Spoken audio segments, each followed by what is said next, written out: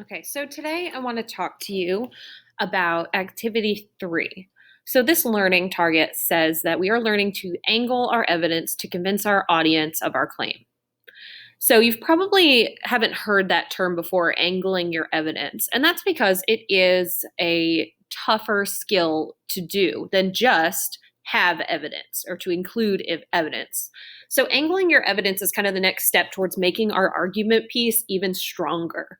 So, for this lesson, I want to show you an example from the real world of how journalists use evidence and numbers to really persuade their audience.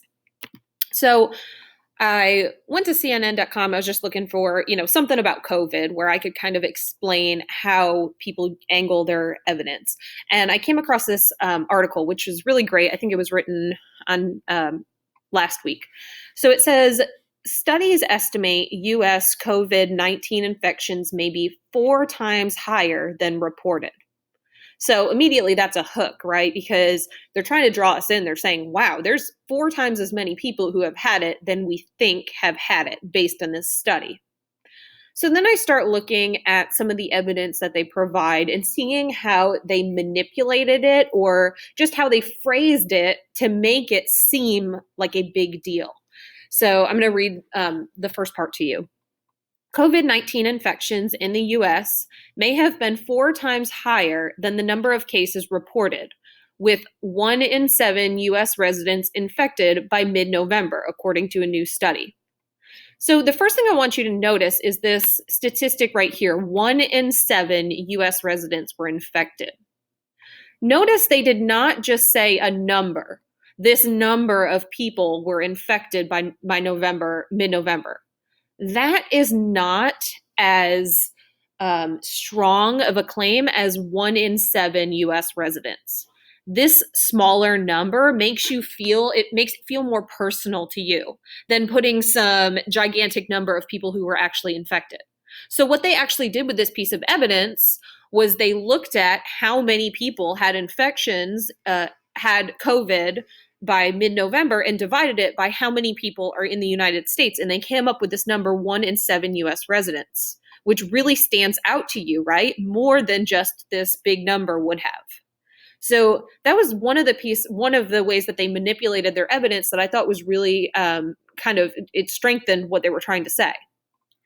So then, as we keep reading, it says, as of November 15th, about 10.8 million reported cases of COVID-19 were reported to the US CDC. But the study suggests the actual number of infections was closer to 46.9 million. So there it is. There is also how they came up with this number up here.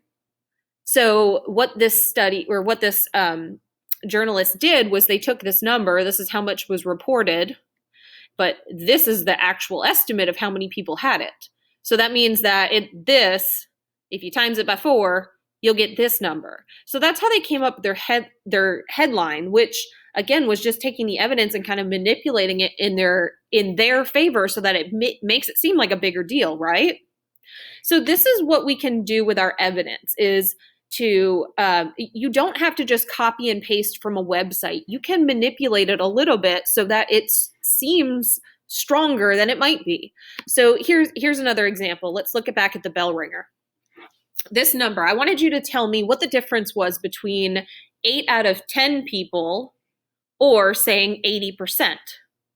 Because think about this. If I'm making an argument that I don't want cell phones in school and only 10 people, I only asked 10 people, that's not a very good population size, right? But if I say 80% of people are against cell phones, that sounds a lot stronger, right? That sounds like a way stronger number than just 8 people. 8 people out of 10. You see how that's kind of weaker?